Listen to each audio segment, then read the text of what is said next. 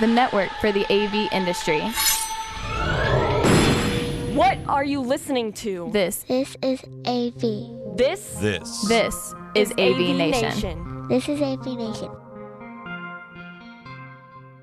This is AVWeek, episode 141, recorded Saturday, May 3rd, 2014.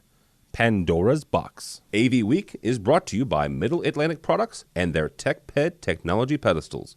Middle Atlantic Products. What great systems are built on. Ready. AVWeek. Performing. Scan. Week. Online. This is AVWeek. AVWeek.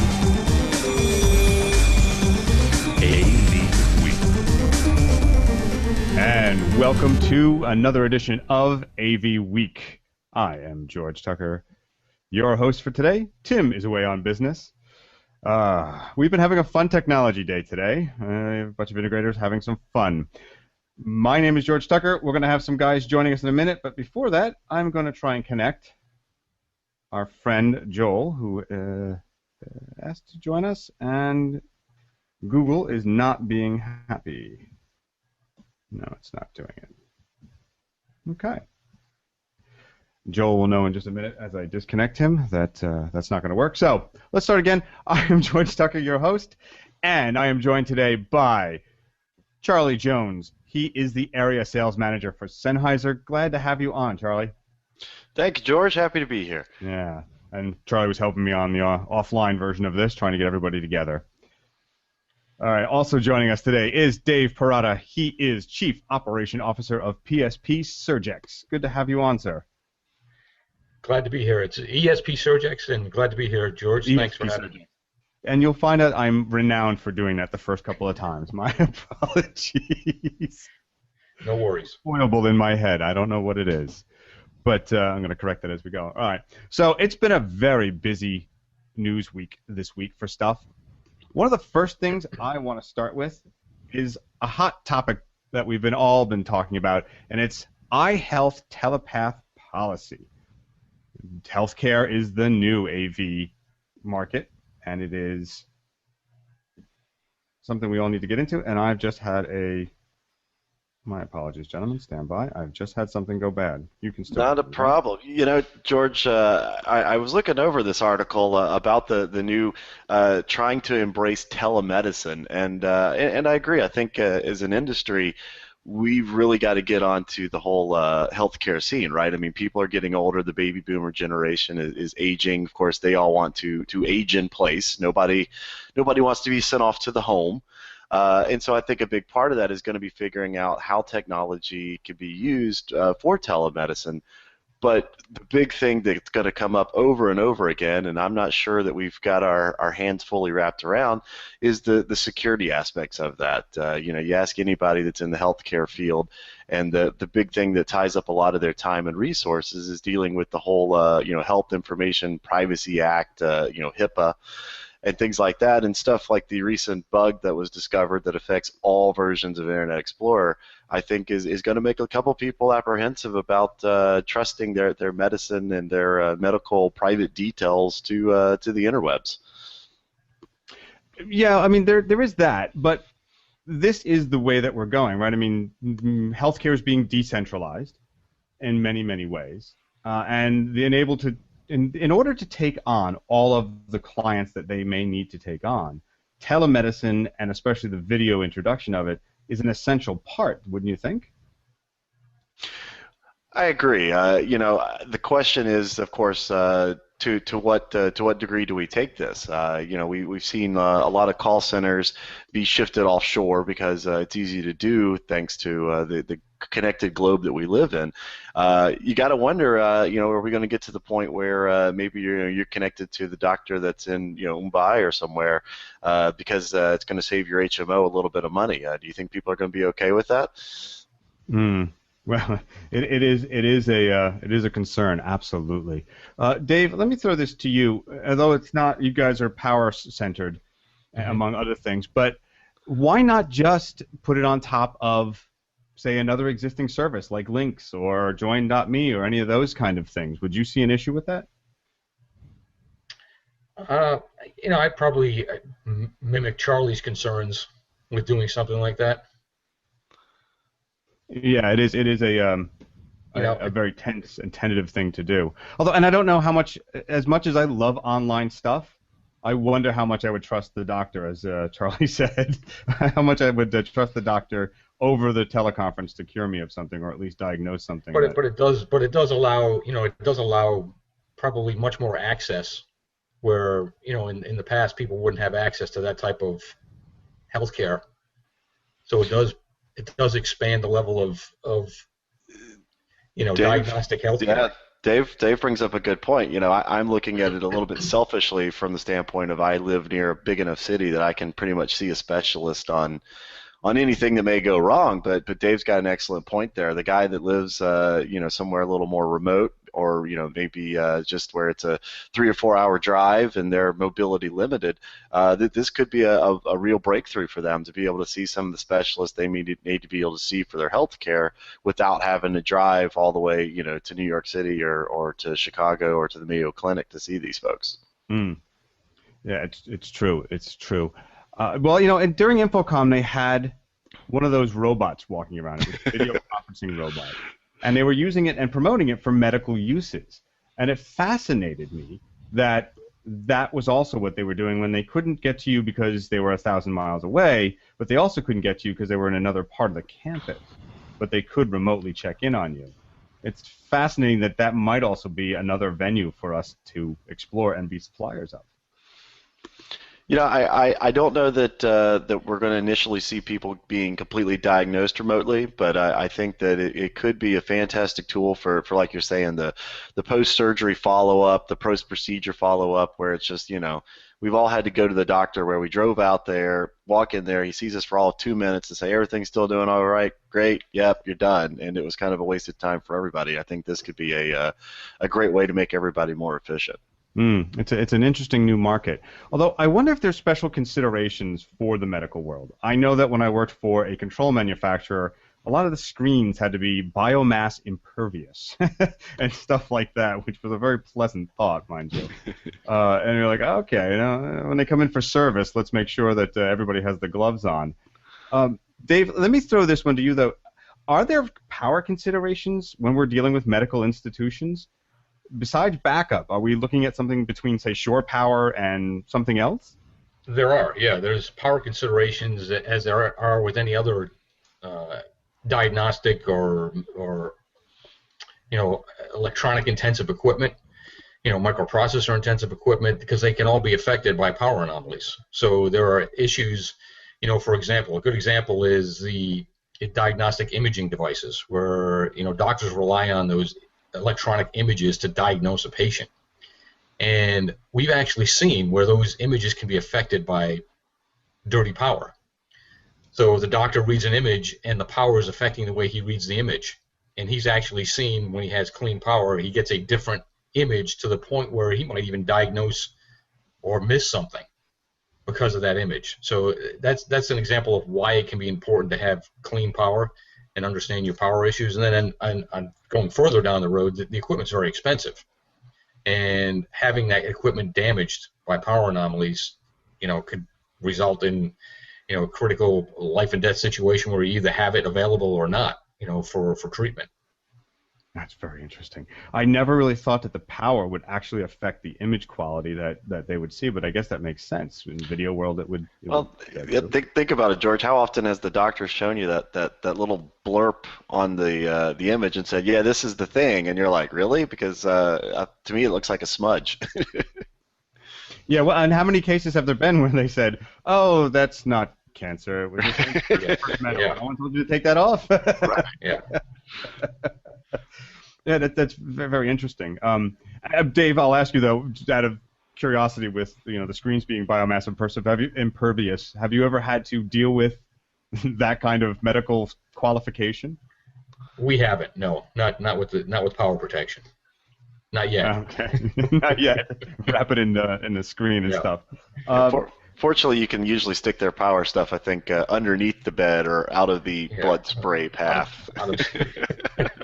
Exactly, yeah, somewhere in a closet. We may have just had Joel join us. Joel, are you there? Yes, I am here. Look at that. Joel Bilheimer, he is Vice President, System Integration for Pershing Technologies, amongst other titles that add to your card, no?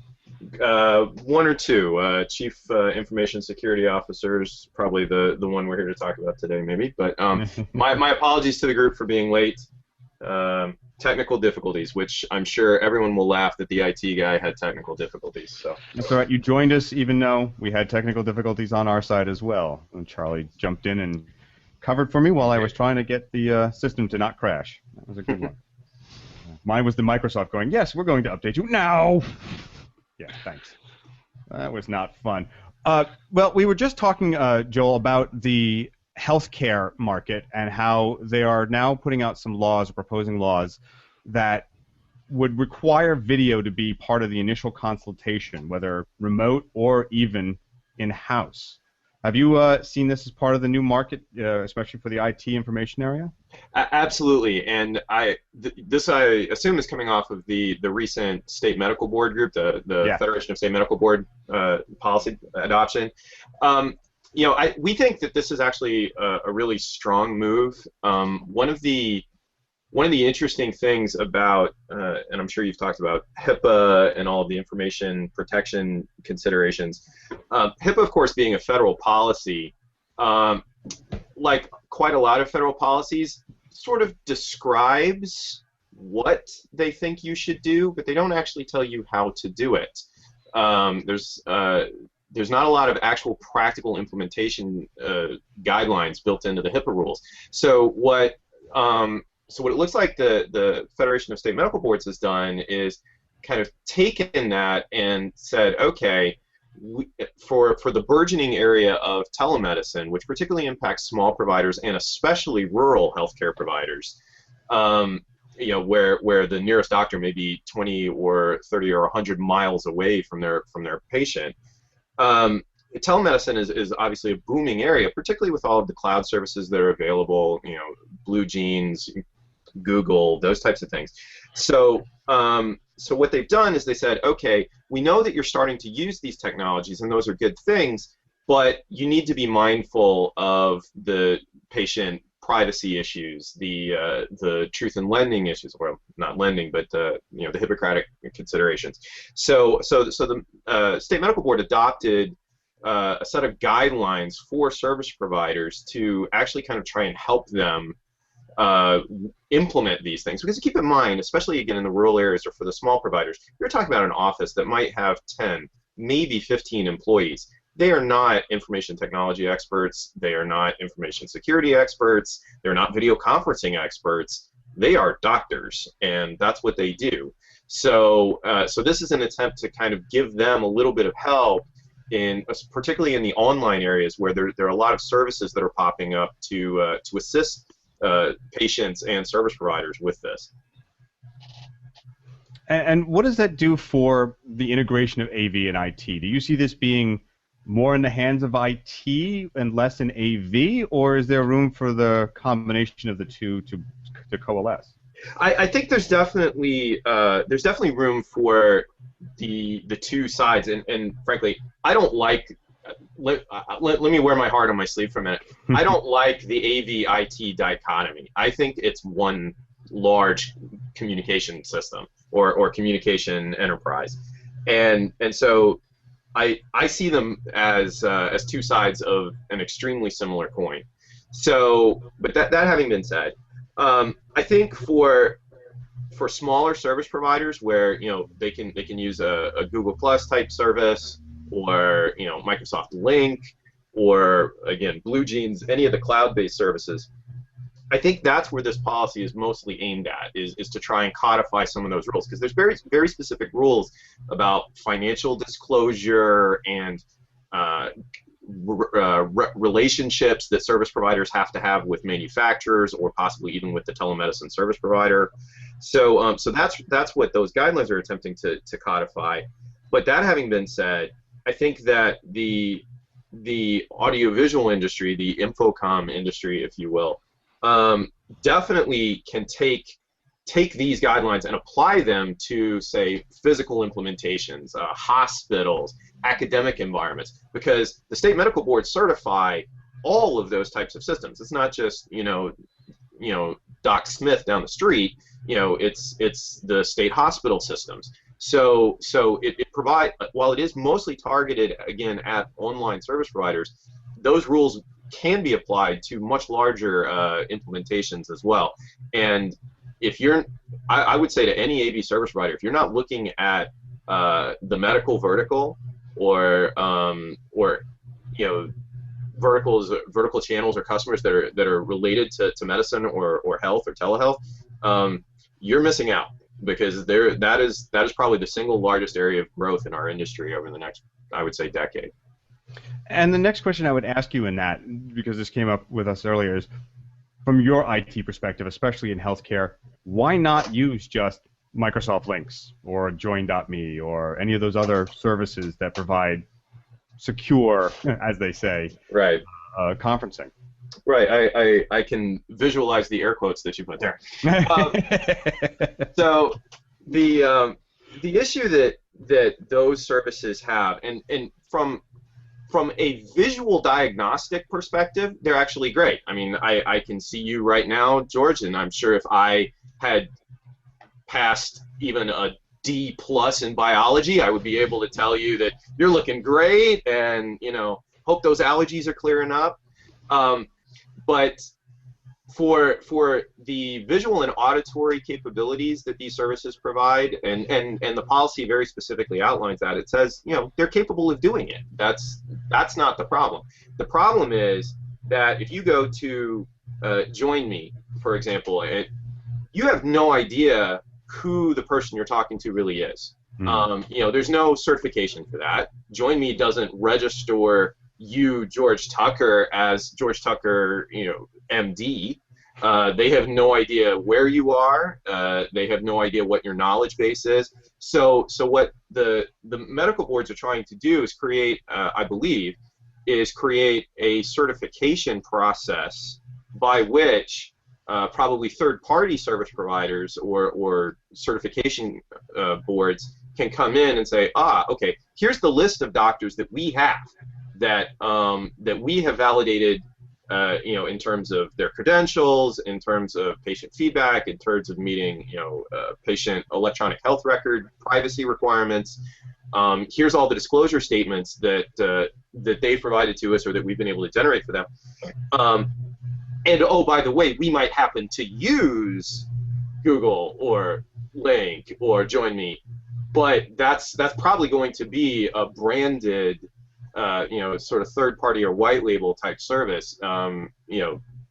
For maybe not. They might have the ability to merge some of those, or they might partner up with, again, like a Blue Jeans or a Mirial or something like that. ClearSea, but it's really ensuring that the line of communication between patient and doctor is maintains its integrity, and that the patient has knowledge that the doctor, first of all, knows what he's doing, and second of all, that the patient's information is going to be protected.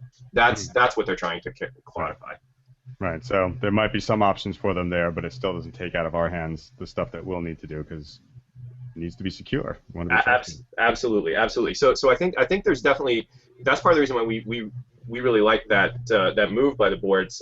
As a service provider ourselves, we think that opens up a lot of opportunity. And of course, since it's not one state doing it, this is now a national standard that all state service providers have agreed to support. So. All right, and that's an active, that is live, that is now? I believe so. I will confess I am not a world's greatest expert on state medical board policy adoption procedures, so I would be willing to bet that it probably has to be sanctioned to some extent. But there may be a comment period or something like that. But by all indications, that this is sort of a new age for the state boards. So. Interesting. Well, moving on from what's coming new to something we probably all had to deal with The worst oscilloscope user manual of all time. This comes from the EE Times site. And I picked this one because, well, we've all had this experience where we've had to explain something to someone, whether that is because we were trying to help them get through an integrated system we built and delivered, or whether we supply a product. Doing the manual is really one of the hardest parts. Right? We've seen manuals where you know they are directly translated from being the engineering specs that they gave to the engineering department to do. It will do the following. It shall have X amount of processes, et cetera, and that shall be accessed by button on the left. Charlie, I'm going to throw this to you since I think you have some of the experience here in doing stuff like this. How do we make our manuals better? Not just for you and me, but for the end client without having them to call you. Isn't that the end game, is they don't have to call us?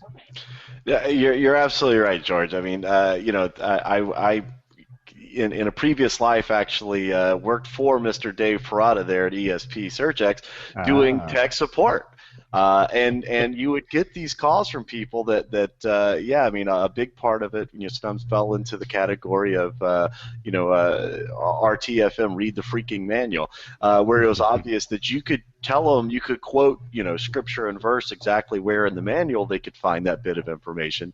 But sometimes people either didn't read it or didn't have it accessible, which I think at the end of the day, as a manufacturer, that does come back onto us in that we need to make sure that the manuals are available, accessible, and approachable for the average customer and or anybody that may end up with your product. One of the things that we've been really working on at Sennheiser is trying to make sure that all of our manuals and things are friendly for mobile devices, whether it's iPads, whether it's Android tablets, because we understand that the world doesn't really revolve around dead trees anymore.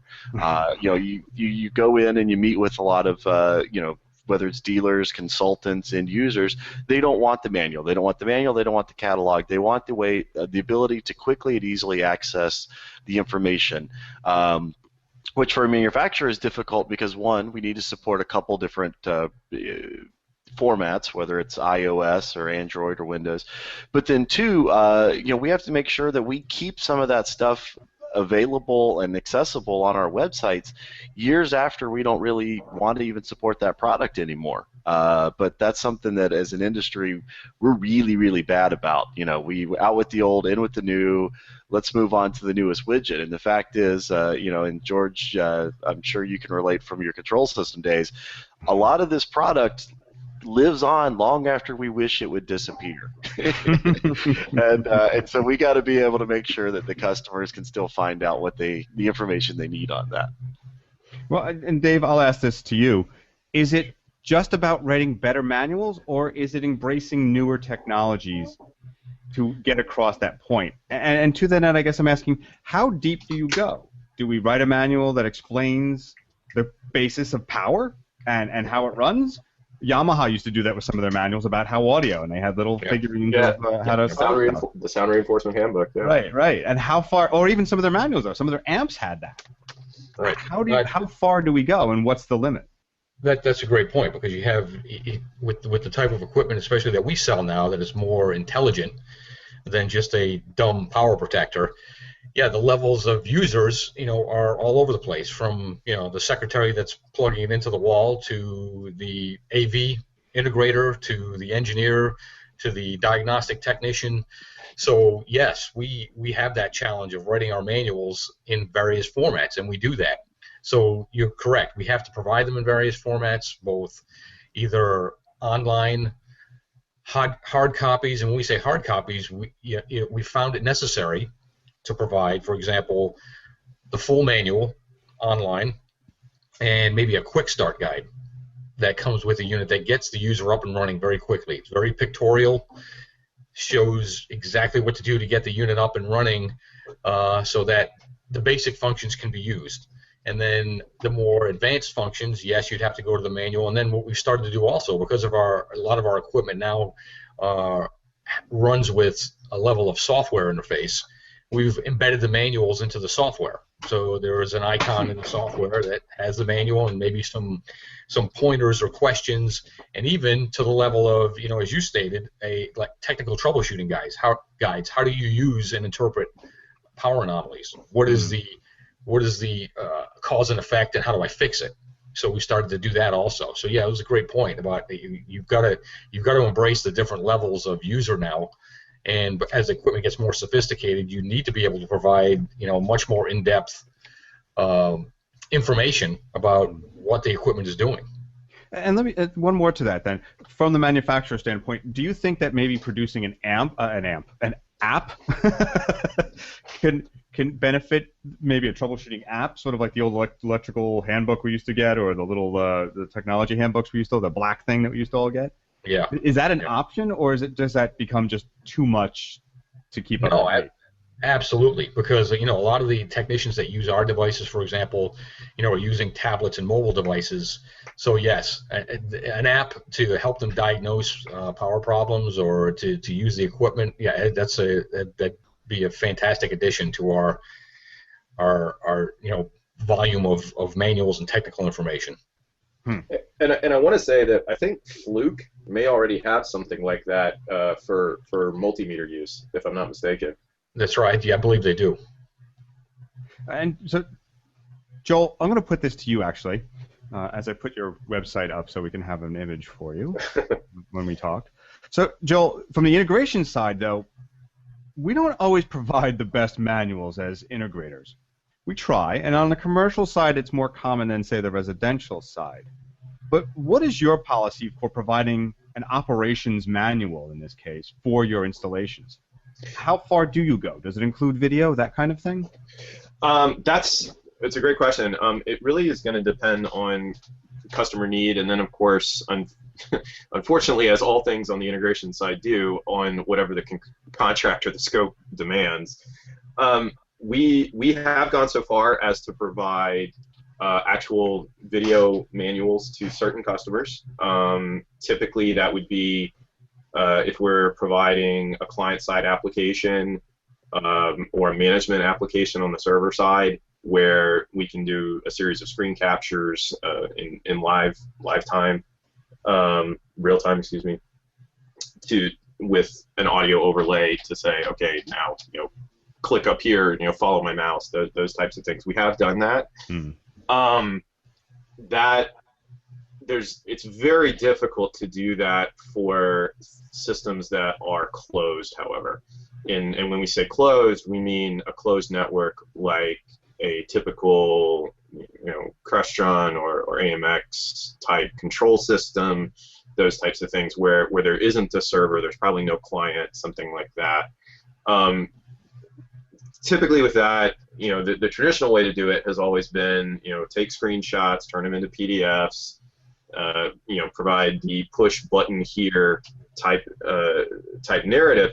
The challenge that we see, and this is both as a service provider and also as a service consumer, for a Microsoft application or a Cisco switch or a Dell server or something like that, is very, very rarely can the service provider anticipate all use cases. And Dave, I think this goes back to your point as well, where you can provide a baseline which will probably cover 80–85% of most implementations, most use cases.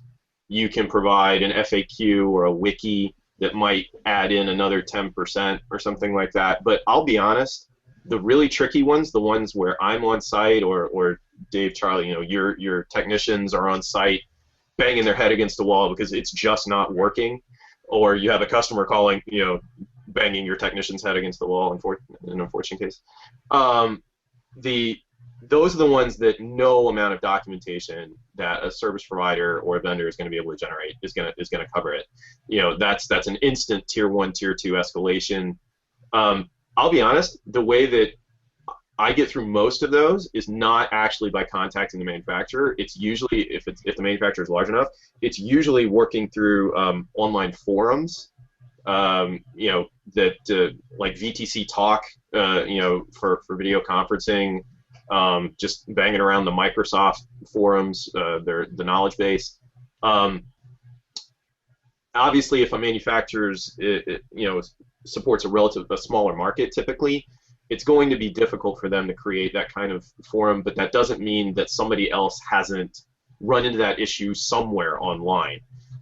That's typically where the really thorny issues get worked out, because again, there's just no way to document them. And going back to Charlie's point earlier, which I thought was actually a really good one, the AV industry typically does not do a very good job of end-of-life issues. They don't declare products to be end-of-life. There's, like you said, products will linger in the field, and the manufacturer will sort of say, well, we don't really support it, but I could probably find a guy in the back who built the source code for it maybe 10 years ago, that kind of thing. That's actually very different from a lot of IT service providers. They'll just take products, Windows XP, was officially declared end of life, 3 weeks ago, and that Internet Explorer vulnerability that just came out, it won't ever be fixed if you have Windows XP. Microsoft's okay with that. They gave them, they gave everybody about 2 years worth of notice, and they're large enough, but they have other business needs. They cannot continue to support those types of things. So I think that's something that our industry needs to consider, is taking a more active role in saying, look, I'm sorry, I love you, I want to keep your business, but you're working on a platform that's 10 years old. I can't support that. Well, sometimes we want that, like Windows Me and Vista, and not to name a few, Clippy, things like that to get rid of. We're happy when they say, yes, we need to get rid of it. Exactly. Yes. Well, let me just take a quick moment here, because we have a sponsor. AVNation has a sponsor. AVNation is sponsored exclusively by Middle Atlantic Products. The Middle Atlantic has designed a line of technology pedestals that make your conference room installation much easier. The TechPed series is a conference of table support systems for maximizing space and promoting cable and thermal management. There are lots of different finishes to choose from, so you can match your room as best as possible. And there's also options like wire mold, power, and cable retractors. The TechPed series from Middle Atlantic Products do for conference tables what the cadenza rack did for credenzas. This is actually a really cool thing. The first time I saw this in the installations I do, I love those little pedestals.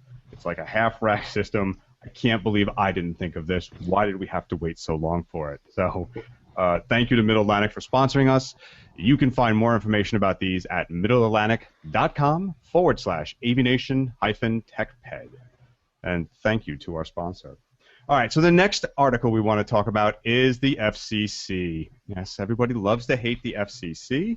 Everybody loves to talk about them. But they have recently went and said that net neutrality doesn't really exist, or at least that's my take of it. Guys, I'm going to ask you about this. I'll start with Charlie.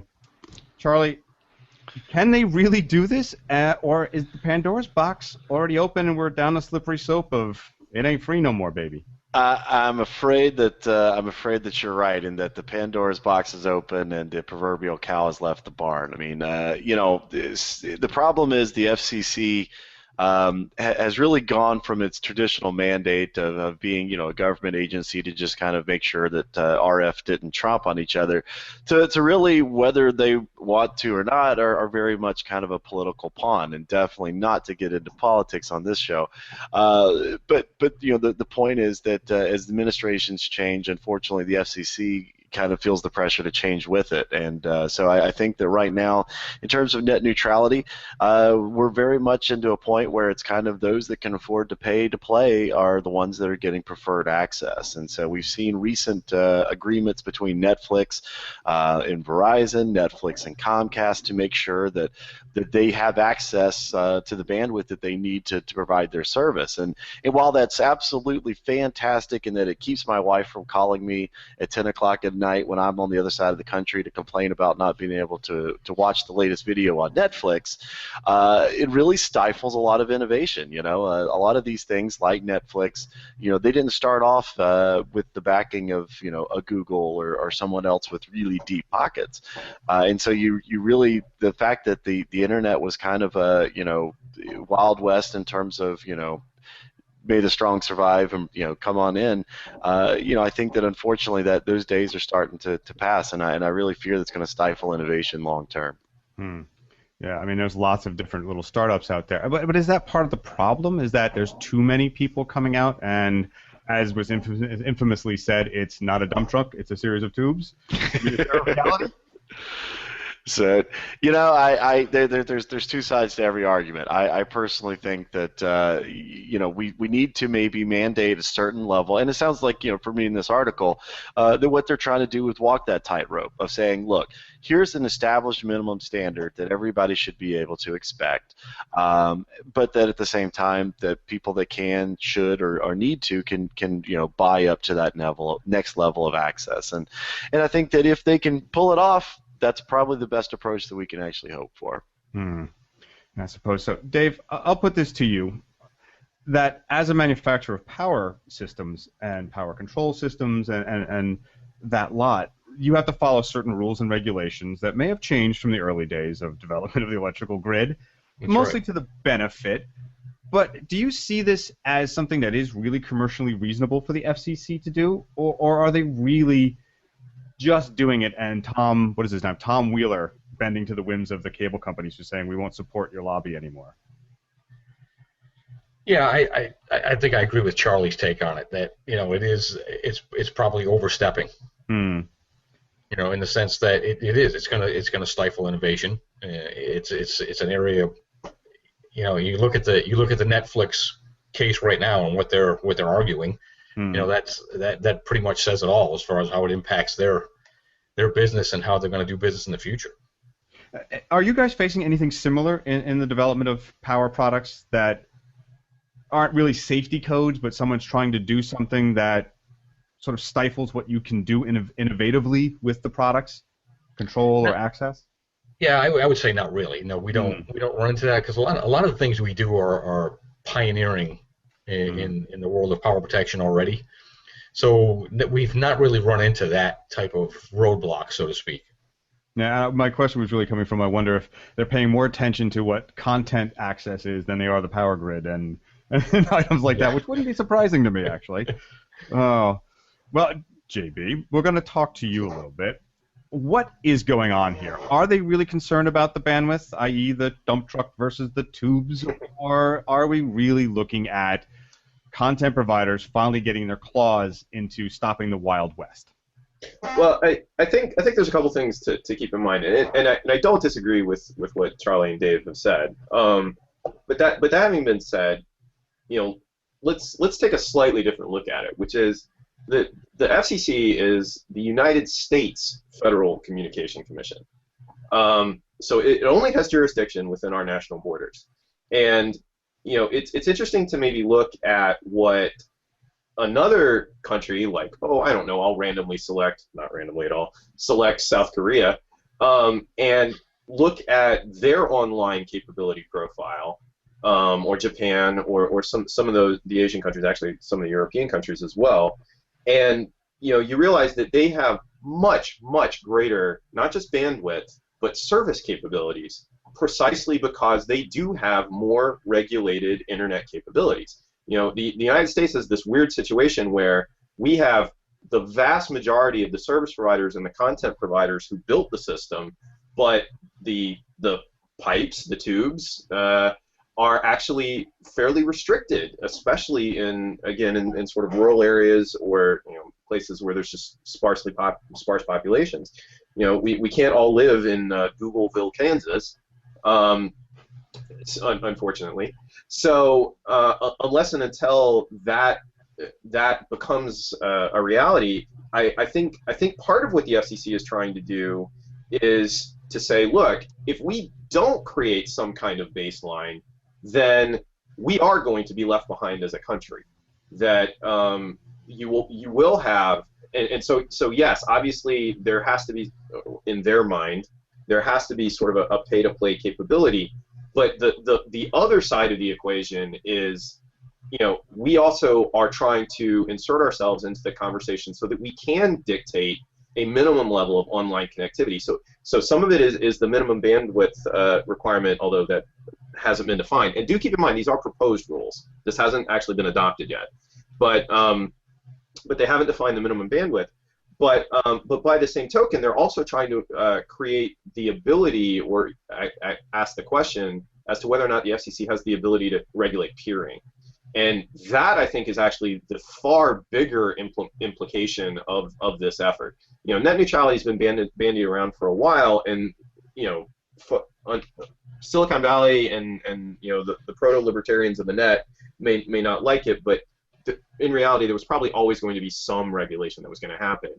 But the fact that the FCC is trying to insert itself into the peering discussion, so that those relationships between content providers like Netflix and service providers like Comcast can be actually governed and regulated. I think that's kind of the other side of the equation, because right now those are completely unregulated. The FCC doesn't even have the mandate to do it. So I think that's what they're trying to do, is to say, okay, guys, it has been the Wild West. Now we have to create some standards, both for the minimum, but also for the maximum as well. Well, and I asked the question because the early days of radio were pretty wild, and the FCC has gone back to saying that some local radio stations can operate on what were and are existing commercial bandwidth.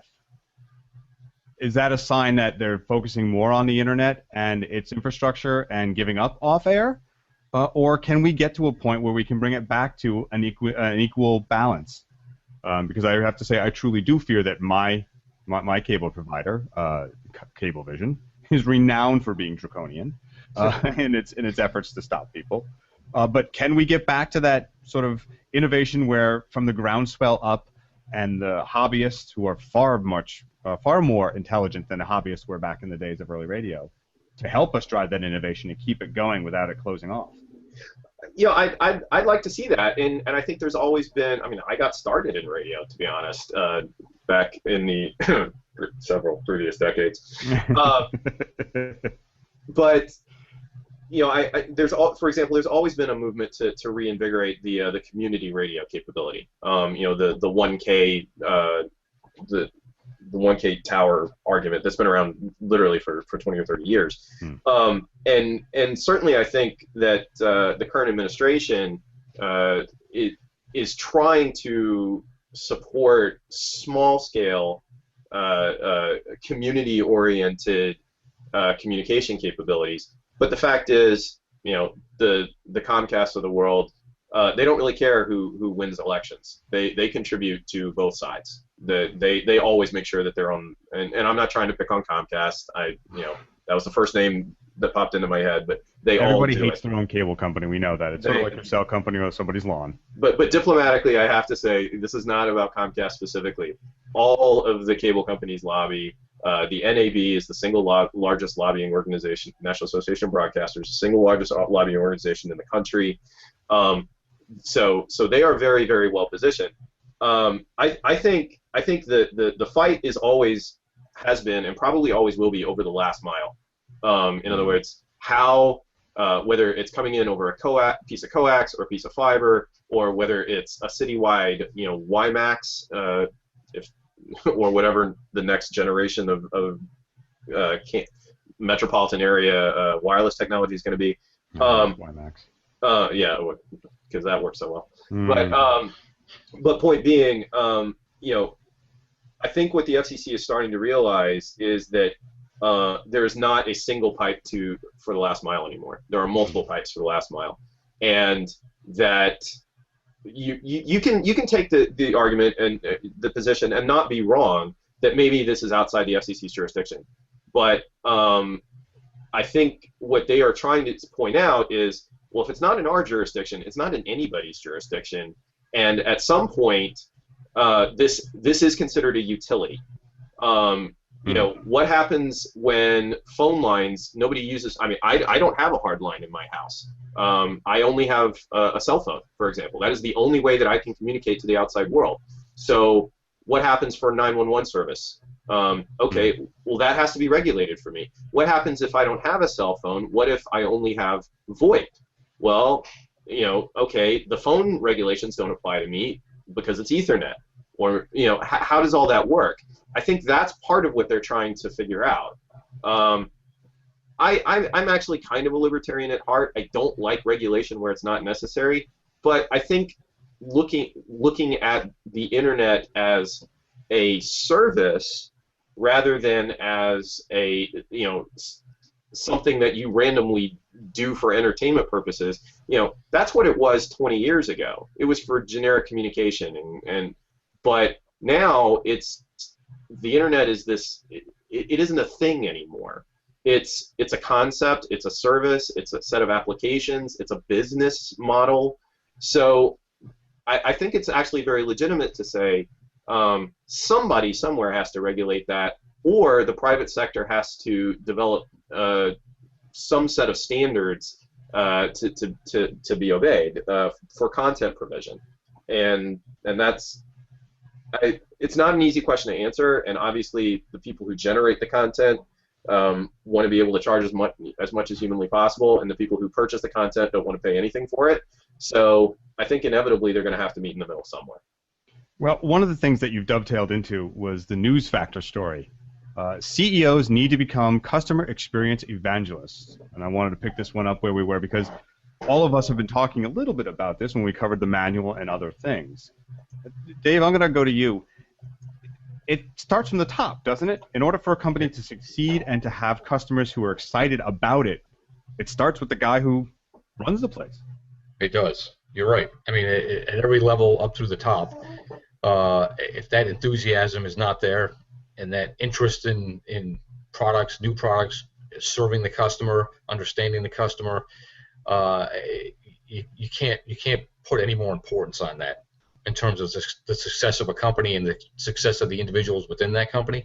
Because you're right, it's driven from the top down, and the CEO, for example, in our company and other companies I've worked for, one of the things they do routinely is if no one's available to take a call, they'll take a call from a customer for whatever reason. But it puts you in the seat, and I do it to make sure that I understand customers' problems. When there's our technical support people are tied up and there's a call and the customer is frantic, I'll take the call. But it gives us the understanding of what they're really going through, and then you end up having conversations about what they're experiencing, how they like the product, things they can. That's the only way you're really going to understand your market, your customer base, because you can become so far removed at different levels of the organization that you fail to see the forest for the trees. Well, it is true, isn't it, that Charlie? It is true. You cannot be a CEO or a manager of any division without having that enthusiasm, and if you're not doing it, your staff won't do it, will they? Absolutely. The big thing with across a lot of different tenets these days is authentic experience, right? When we were all kids, we were happy to go down to Florida and see the fake mermaids in the tank, and these days, that's not it's not authentic. It has to be real, and people are expecting that same level of expectation from the people that they choose to do business with. They want to know that they're not just being sold a bill of goods, that the management actively supports this product, they believe in this product, and like Dave said, it's got to be throughout the entire organization. We've seen more and more, thanks to just the availability and the always-on nature of the internet, where occasionally, sometimes upper management, maybe for say an old white dude that happens to own a NBA team, makes a really bad comment. Just making this up as you go along. Right. I'm just snowballing here, guys. Try to work with me. Make some really, really bad comments, and years ago, then never that it was okay, but years ago it might have gotten swept under the rug and nobody ever would have known about it. But these days, we have to make sure that we're looking out for the customer at all levels of the organization, and that's one of the things that I run into. Wearing company logo wear in an airport, or people will come up to me, oh, Sennheiser. I bought the XYZ headphones or the microphone, and you sometimes take the good with the bad, but you've got to be ready for those types of customers and let the comments and let the customer know that you appreciate their feedback, because in the long term, people have the choice of buying, in my case, any number of different microphones or headphones, and we want to make sure that we're giving them a reason why Sennheiser should be the one that they purchase. Well, before we went on air, you and I were talking when we were working through some technical difficulties ahead of time. You and I were talking about my experiences with Uva. Uva was the face of Crestron, of Sennheiser. Sorry, I worked for Crestron for years. Right. It always hits my head that way. Was the face, and I remember him at the trade shows. I remember when he showed up, and his enthusiasm and his willingness to hear everything was fantastic. And back in those days, sometimes he ran right over you with information about no, you're wrong and here's why, which is why I probably got the Crestron thing up, because George Feldstein used to do that a lot too. It's like, oh yeah, I'm going to go right after you, and he wants that argument. But even Feldstein had that special quality that, as much as he was trying to argue with you, he wanted you to prove it, and that was his way of reaching out. I always found that fascinating, and it was a good lesson in life. As to how to promote your company, even for AVNation, how to promote it, that no matter what you get, you have to be able to roll with it and listen to that. A perfect, and not to tie up the conversation too long, but a perfect example from our kid sisters over in the residential world was Sam Runco. I mean, this was a guy that from the top really drove an entire business segment and built an entire company around his larger-than-life persona and his tequila-fueled parties. But at the end of the day, people knew Runco, they knew what they stood for, they knew that they'd be able to get the support and things that they needed. And to me, it's kind of a little bit of a bittersweet changing of the guard. When Sam, not to begrudge him selling out to Planar, I mean that's you take the check and run when you can get it, man.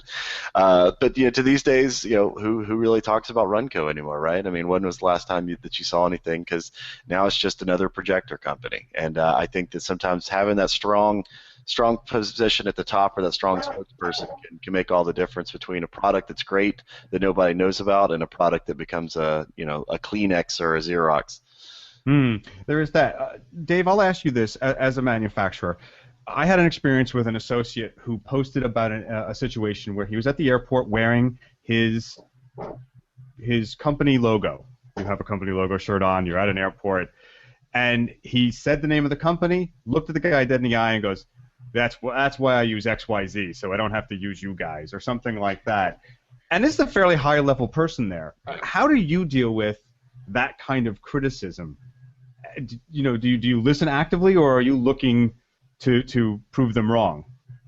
No, I always take that kind of criticism and to listen actively, because that's important. When I don't care if it's one customer and he's an aberration.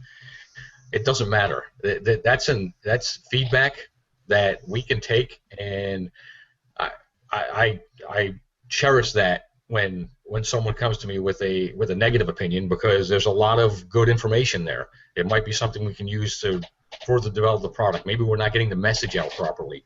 It says a lot. And any input is valuable.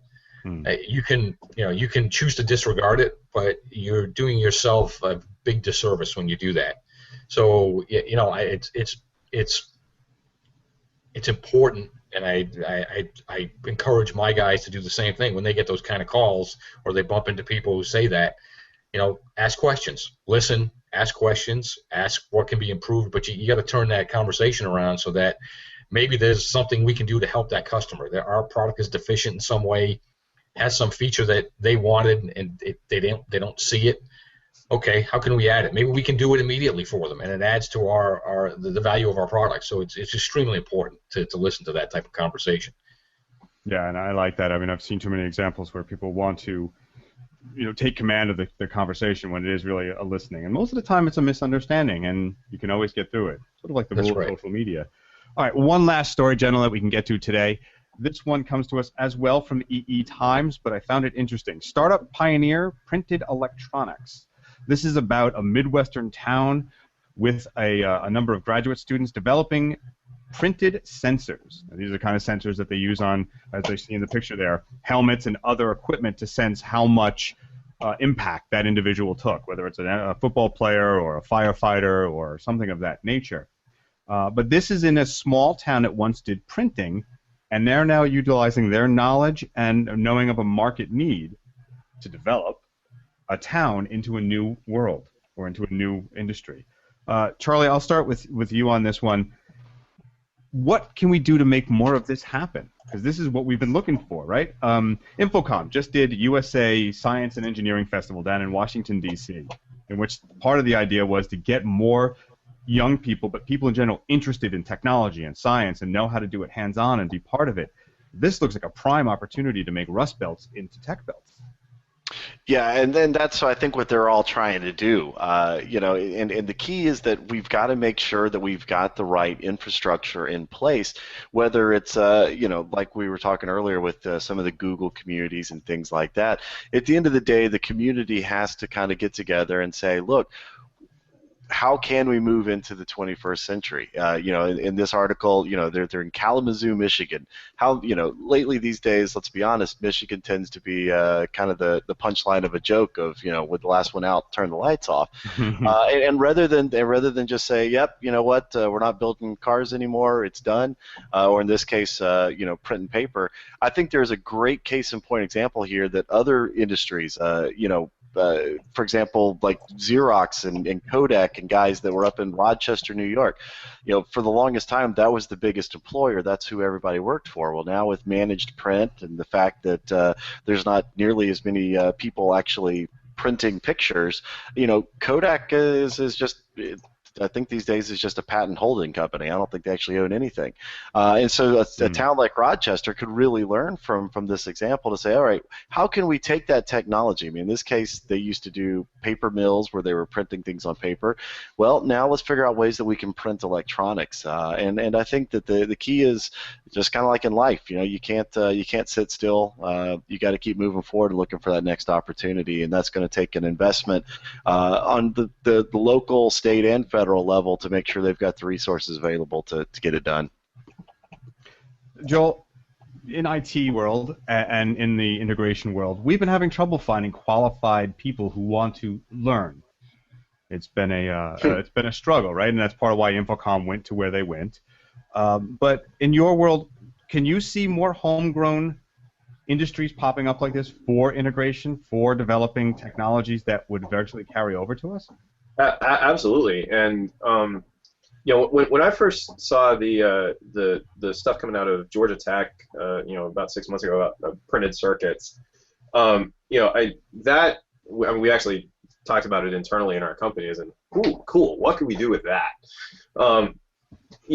When for literally $200 or $300, you can actually become a circuit manufacturer, and if your local library has a 3D printer, as a lot of them do, you can actually literally build components. I mean, people are building, obviously, industries now are building, artificial limbs. There was an artificial heart. I mean, some of the stuff that Disney's managed to create in terms of the crazy 3D speaker assemblies that they're creating, including all of the components internally. Literally, I think the next Apple is literally being built in somebody's garage right now. Somebody's coming up with and it might be an AV product, it might be a home security product, it might be the next version of whatever the iWatch is supposed to be. I mean, who knows? But I think this really does take manufacturing and put it at the individual level, which is something that is kind of the one barrier that still hasn't really happened. Is you can get some plywood and maybe go down to Radio Shack, but you can't create a design that can be replicated. Well, you can now, and so essentially what it's been able to do is create manufacturing as an application or manufacturing as a service. MAAS. I just pioneered it right here. AVNation, take it, roll it. I think Charlie's point is actually really strong because the one thing that Detroit and the Rust Belts have is they have infrastructure and they have process and they have people who know those things. they may not have they may not have the customer base for the brakes for their cars anymore, but if they know how to organize themselves and they know how to create those types of things, then all of a sudden all of those factory workers and all of those designers can go home and build those types of things in their garage and say, hey, those brakes systems that we've always never had a way to prevent from overheating, what if we tried this? And essentially you've managed to create a laboratory that now has millions and millions of potential members in it. So I think it's awesome. And Dave, I'm going to leave the last word on this to you today. You work in an industry, of course, and make products that aren't always considered like the sexiest. They don't get the front line pages, but they are the most essential elements, usually, of a system, because there ain't no power, there's no microphones, and there's no integration. How do we promote this to get more graduate students that are in engineering, not just into engineering, but to look at American-based innovation and bringing innovation and new technologies and manufacturing to these places? Right. Yeah, I think you start before college. You start, in the high schools and grade schools, and create incubation centers whereby you got to have involvement from the community. You got to have involvement from local businesses that get involved with the schools. There's a great story that I saw this morning about a high school class. They had gotten a 3D printer, and I'm sure that was probably either donated to them by one of the local corporations or businesses for them to use and experiment with. But then they were challenged by a great instructor, a great teacher that said, "Hey, there's a young girl that is missing her fingers, and a prosthetic hand or finger assembly would cost them $50,000. They can't afford it. Design something." And they came up with this artificial finger assembly for her hand, and it was amazing. But these are high school kids. But that's how you stimulate them, by giving them real world problems. It really takes, and it does take, especially the local businesses to get involved in the schools and to introduce these kids to technology, and to see that they do have the ability with their own thinking, because they'll think outside the box and use the tools you give them to come up with something that maybe my best engineers couldn't come up with. So that's where I see what's extremely important, that would really promote that type of activity in this country. Well, we're going to leave it at that. That, of course, is our good friend Dave Parota. He is Chief Operation Officer of ESP Surgex. I got that wrong, so I'll say it again. ESP Surgex. I got it wrong in the beginning. Thank you so much, Dave, for joining us. Where can folks find you and about the products? They can find us at espei.com or surgex.com. There you go. Any Twitter or social accounts? We are on Facebook and Twitter.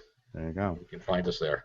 Also joining us today is Charlie Jones. Charlie Jones is the Area Sales Manager for Sennheiser. Thank you so much, sir. Thank you for having me. Always a pleasure. And SennheiserUSA.com is our American presence. Of course, we've got worldwide sources as well. And we are also on Facebook, Twitter, YouTube, smoke signals, you name it, we're all over it. There you go.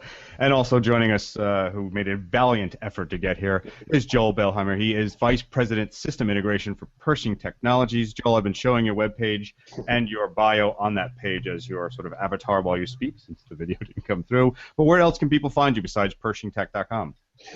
Actually, not typically on social media, but I will be supporting a series of panels at Infocom on Secure AV this year. Ooh. So if that's a topic of interest to your readers, or readers, good Lord, that's how old I am, to your listeners and viewers, that will be on Super Tuesday this year. So look forward to speaking with anyone who's interested. Do you know of the number to that? Do you know the course number or any of that information? That's all right. We can send it to me later. We'll put it in the show notes for people who are interested. Absolutely. Great. Thank you. Absolutely. All right, and as one final note, I want to thank our sponsor, Middle Atlantic. AVNation is brought to you by Middle Atlantic Products and their TechPed technology pedestals. Middle Atlantic Products, what great systems are built on. For more information, middleatlantic.com/AVNation-TechPod. That's middleatlantic.com. Gentlemen, thank you so much for joining us. This has been another edition of AV Week, and we look forward to speaking with you very soon.